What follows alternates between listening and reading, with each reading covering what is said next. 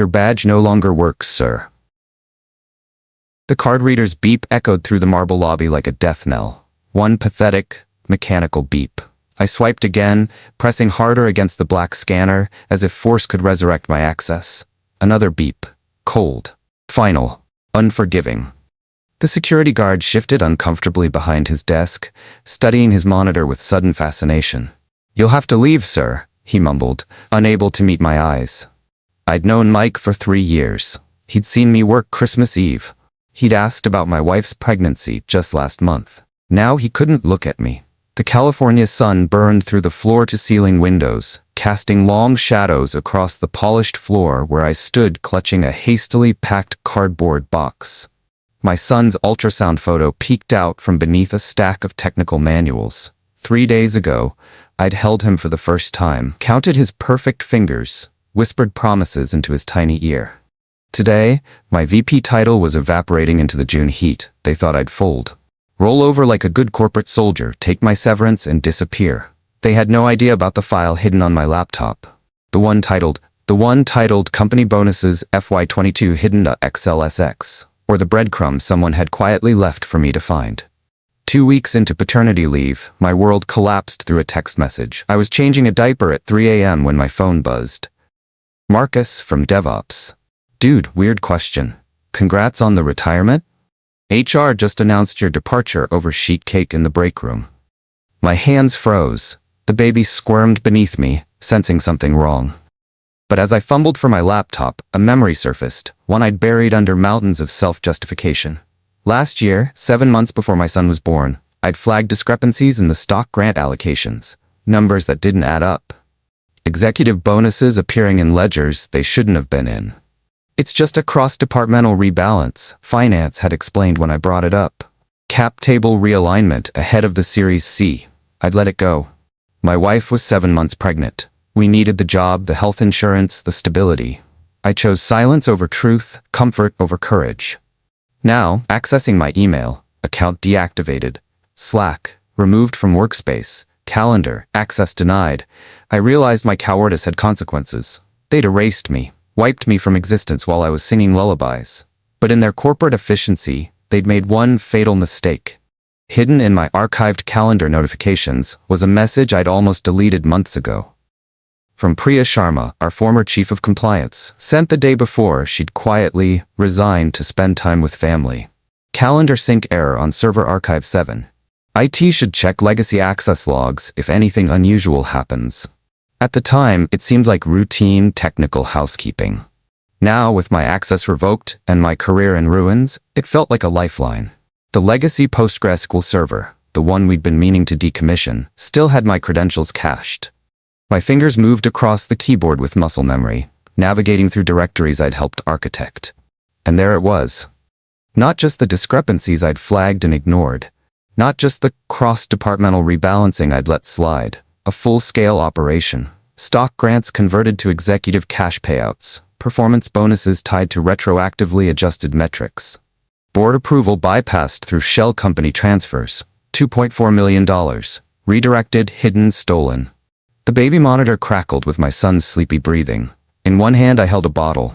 In the other, evidence that my silence had enabled. I didn't get angry. Not yet. First I got methodical. Sleep became a luxury I couldn't afford.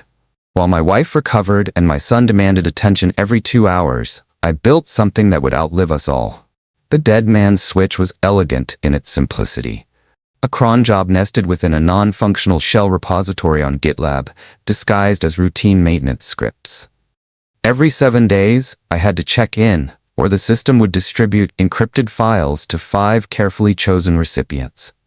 But I made it more than just code. I gave it a personality, a presence. The interface pulsed red when idle, like a sleeping heart waiting to wake. Each weekly check-in triggered a soft ping, a digital heartbeat that reminded me of my responsibility. 7 days. Always 7 days. The evidence package was comprehensive. The original Excel files, Slack exports showing executive coordination, drafts of fake resignation letters, their own executive bonus allocation strategy presentation. Everything password protected with my son's birth date backwards, 42022022. If they wanted to play games with my family, I'd make sure my son's birth became their reckoning. The system pulsed once, accepting my first heartbeat. 6 days, 23 hours, 59 minutes remaining. Shane Patterson arrived like a hurricane wrapped in supreme streetwear. 26 years old, nephew to the CEO, armed with an MBA from Wharton and the confidence of someone who'd never been told no. His first executive decision? Cancel the CRM system renewal and double our TikTok advertising budget. I watched from exile as he strutted through the office in $800 Yeezys, calling everyone champ while systematically dismantling everything we'd built. He moved into my old corner office and hung a neon sign, "Disrupt or be disrupted." The irony was delicious. The CRM system he'd killed included the compliance module that automatically flagged payroll irregularities. By eliminating it, he'd accidentally buried their own safety net. Sales dropped 17% in his first month. Our biggest client, Dropkick Systems, walked away citing inconsistent leadership and misaligned values. The Q3 pipeline crumbled. Then came the layoffs. 18% of the workforce, gone. Mostly mid-tier engineers, the backbone of our technical infrastructure. Shane celebrated with champagne and called it optimizing human capital. The switch pulsed red on my laptop screen. 5 days remaining. The Golden Boy's arrogance became my greatest asset. 3 weeks into his reign, I received a Google Calendar invitation. Not from me. Shane had accidentally added me to a strategy session meant for the executive team. When Friday arrived, I logged into the shared Google Drive folder linked in the meeting notes. 43 documents, and one file that made my pulse quicken. Q4 recovery plan, final 2.xlsx. Completely unprotected. Inside, detailed plans to blame the company's decline on previous leadership decisions and legacy technical debt. My name appeared 17 times as the scapegoat. I downloaded everything before they could blink. The switch pulsed. 3 days remaining. Keisha Williams found me through LinkedIn. Heard you're between opportunities. Know someone who might appreciate your unique situation. Lunch? We met at a Vietnamese joint in the Mission District. Keisha was 40-something, with silver-streaked hair and the quiet intensity of someone who'd survived corporate warfare. Nova works, she said, sliding a tablet across the scratched table. We build tools for people like you, the ones who got shafted but still believe in building right. The screen showed Nova Audit, a whistleblower platform that could visualize fraud trails, cross-reference financial data, and integrate with SEC compliance in real time. It made my hidden Excel file look like crayon drawings. Your data plus our platform, she continued. We don't just make noise. We make loud, legal, documented noise that regulatory agencies can't ignore. What's the catch? Keisha smiled. No catch, just justice. That evening, the switch pulsed for its weekly check-in. I reset the timer, but for the first time I wasn't alone in this fight. At 2:17 a.m., while my son slept against my chest, I did what I should have done weeks earlier, read my employment contract word by word. Page 19, Section 8.4. Termination of employment during any federally protected leave period shall constitute material breach of this agreement, rendering non-compete provisions null and void, and forfeiting the company's right to severance eligibility restrictions. They hadn't just fired me illegally, they'd voided their own protective mechanisms. I screen-recorded myself reading the clause aloud, time-stamped the video, and attached my termination letter. The package went to the Department of Labor with a digital signature. The auto-response arrived 6 minutes later. Your submission has been received and assigned case number DOL 2024-WHD-8847. You are cleared to proceed with disclosure activities as protected under federal whistleblower statutes. The switch pulsed softly. 6 days, 23 hours remaining. That was all I needed. Word travels fast in Silicon Valley's network of discarded talent. Jared Chen called first. Back-end engineer, terminated after asking about pay equity. I've been documenting everything since they canned me. Then Mia Rodriguez, former product manager whose roadmap they were still using. I want in. They destroyed my career. Now I want to return the favor. Luis Santos was the crown jewel, a data science wizard whose algorithms had driven their Series C valuation. They kept my code, kept my innovations, just not me. We created a private Slack workspace, shared Google Drive folders. Most importantly, we had unified purpose and collectively devastating evidence. The resistance was taking shape. The switch pulsed. 4 days remaining. Luis worked nights to create a sanitized demo of Nova Audit, loaded with anonymized data. Mia crafted the narrative, a LinkedIn post titled, "What Real Transparency in Tech Compensation Should Look Like." The post went live Tuesday morning. By noon, 500 likes. By 5 p.m., 3,000 shares. Then Dropkick Systems CEO, still bitter about their abrupt departure, shared it with a devastating caption. If only this tool had existed last quarter, lightning struck.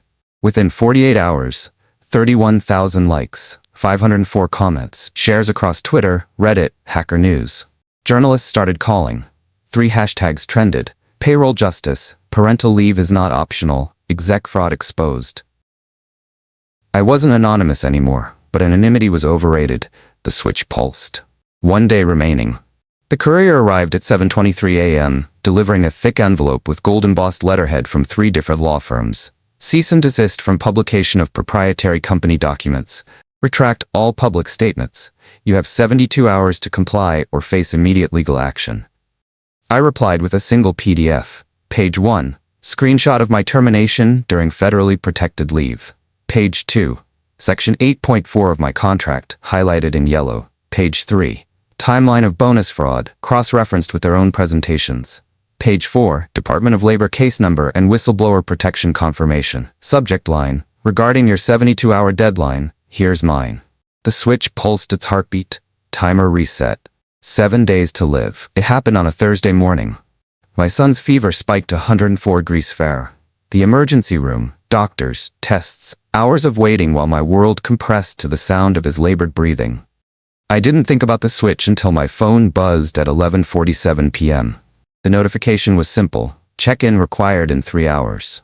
I stared at the screen, holding my son's tiny hand while IV fluids dripped into his arm. 3 hours. If I missed the deadline, the evidence would auto-distribute to journalists, lawyers, investigators. The revolution would begin without me. But if I left now, if I stepped away to reset a timer, my wife squeezed my shoulder. Go. She whispered. Do what you need to do. I've got him. I found a quiet corner of the hospital waiting room, opened my laptop, and logged into GitLab. The interface pulsed angry red. 2 hours, 17 minutes remaining. My fingers hovered over the keyboard. Reset the timer and continue the fight from the shadows. Or let it trigger and watch the world burn while my son fought for his life. I thought about Priya's breadcrumb, about the courage it took to leave that calendar note, about choosing the right moment to act. I reset the timer. My son recovered. The revolution could wait 1 more week.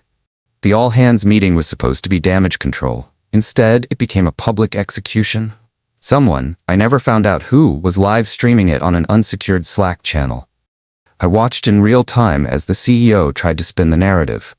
We're dealing with external actors spreading misinformation. He said, voice cracking. Former employees with axes to grind. Board member Patricia Wong unmuted her Zoom line. Excuse me, David, is it misinformation when the Department of Labor opened a formal investigation this morning? The silence was deafening. Another board member, and when our audit committee confirmed these payroll discrepancies yesterday? Within 20 minutes, the CFO had removed his LinkedIn title. Screenshots emerged of Shane rage typing in executive Slack. By end of business, 6 executives had resigned to pursue other opportunities. The badge readers would sing their rejection song for them too. The email arrived from Linda Peterson, new interim head of HR. We'd like to re-engage you as a consultant. Competitive terms, flexible schedule. My reply was mathematical. $2.4 million consulting fee. The exact amount they'd stolen. Half for laid-off employees, half for me. Completely unfeasible, Linda responded. That was your exact word when I requested paternity leave, I wrote back. For 3 days, silence. Then a breakthrough, or so I thought. Marcus from DevOps sent a screenshot, the company's internal announcement about comprehensive compensation reform and new transparency initiatives. They were implementing every change we demanded. I called Keisha, triumphant. We won. They're reforming everything. That's great, she said, but something in her voice felt wrong. Check your email. The message was from an encrypted account. The announcement was internal only.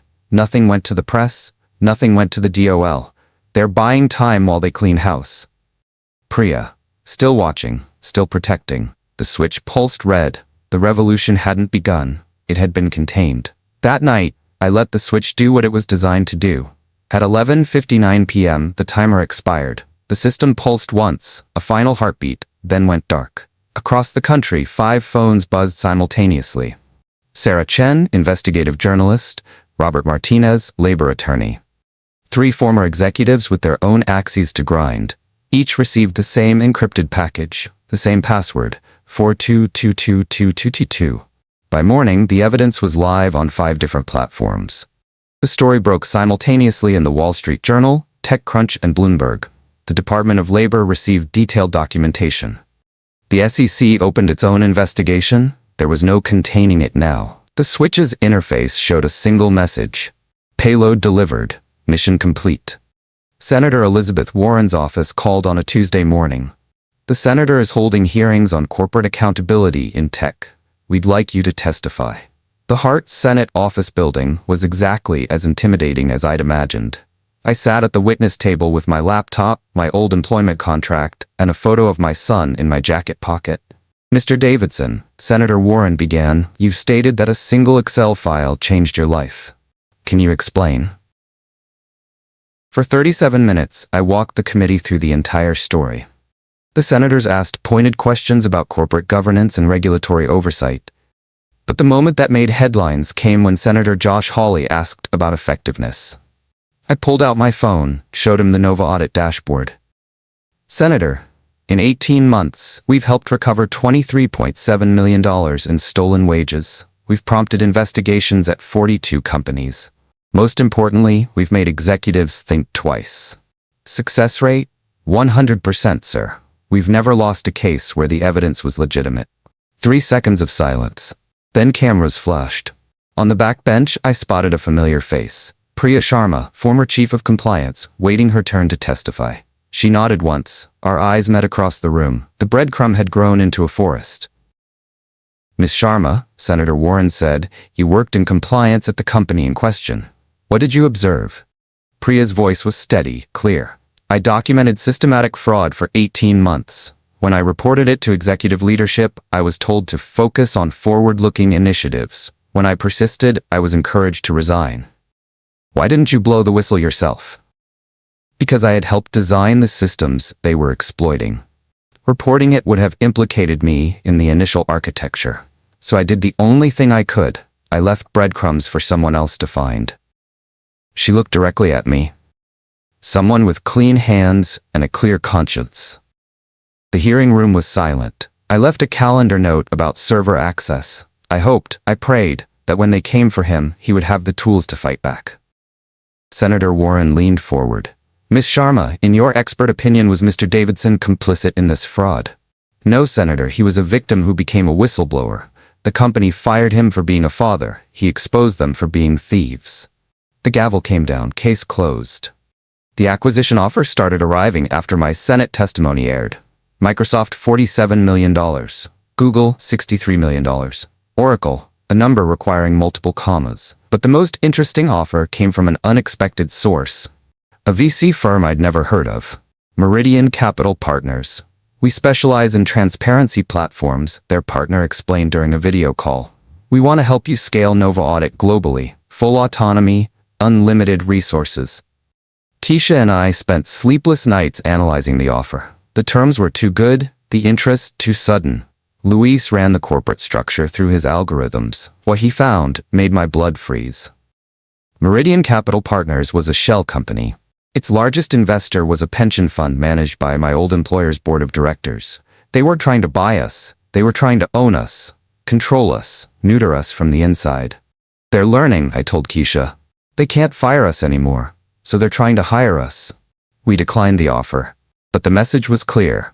The war was far from over. Success breeds imitation, and imitation breeds problems. 4 different startups launched Nova Audit competitors within 6 months. Most were legitimate, but one, TruthLeak, was something darker. They were extorting companies. Upload evidence, pay a consulting fee, and problems disappeared. Digital blackmail disguised as whistleblowing. Worse, they were using our logo, our messaging, our testimonials.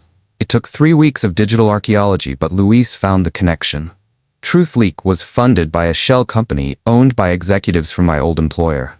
They tried to destroy us by copying us. The irony was perfect. We exposed them using our own platform. Sometimes the best defense is a good offense. 2 years and 4 months after that first pathetic beep, I walked back into my old office building. They'd hired Nova Audit to audit their compensation practices. The contract was worth $340,000, more than my old annual salary. Mike, the same security guard, handed me a temporary visitor badge. "I'm sorry," he said quietly, "about what happened before. We all were just following orders, Mike." I spent 4 hours in conference room B, interviewing the new leadership team. Younger, more diverse, more conscious about work-life balance. They'd instituted transparency initiatives, whistleblower protections, reformed compensation structures. But during the final presentation, I noticed something. A small detail that made my investigative instincts twitch.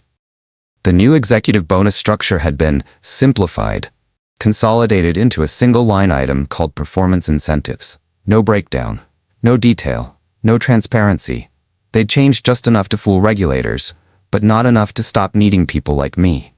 "Congratulations on the reforms," I told the new CEO as I packed my laptop.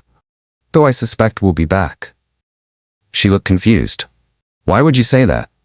"Because the revolution doesn't end when you win. It ends when they forget why you started it."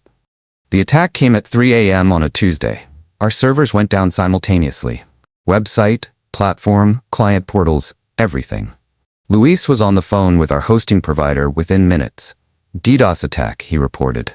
Massive, coordinated, professional. But this wasn't random. While our systems were down, someone attempted to access our evidence vault. Sophisticated penetration attempts, targeting the encrypted files that contained our most sensitive cases. They failed, but barely. "It's starting," Keisha said during our emergency meeting. "They're not trying to buy us anymore. They're trying to destroy us." I pulled up the old dead man switch interface, still running, still pulsing its digital heartbeat, still protecting the original evidence.